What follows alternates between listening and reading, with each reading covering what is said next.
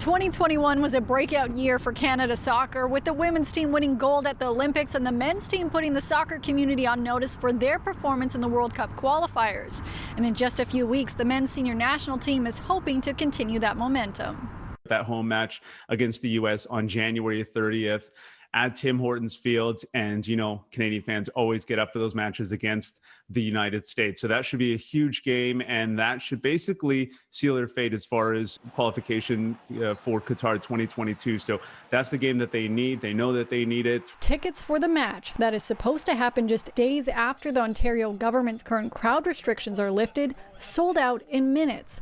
Leading up to the event in Hamilton, the men's team had to cancel their training camp because of COVID-19 concerns. It's obviously a big deal. I've spoken to Canada men's national team head coach John Herdman in the past. This is always big for him. Just any time he can get the team together to build chemistry, because you only get so many chances throughout a year to get the team together and to bond. So that's the biggest thing that they'll be missing. And you mentioned big games coming up, so you want to be as prepared as possible for those massive matches coming up. While the men's team looks to dominate on the pitch at the end of the month, Canada's women's under-20 camp is underway in Ontario as they prepare for the 2022 Women's Under-20 Championship with a number of future stars on the roster. Jade Rose, she has 2 caps to her name, and she's a great defender, turns 19 next month, so she's one to keep an eye on going forward. The game continues to grow in Canada, with the Canadian Premier League getting set to add another expansion team.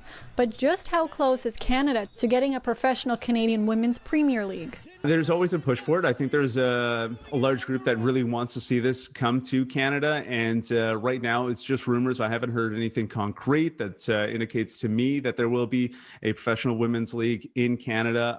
NWSL expanding into Canada is another option as that league continues to grow. Canadian soccer player Janine Beckie made a big business move on Thursday. She's now one of the co-owners of the Simcoe County Rovers FC of League One Ontario.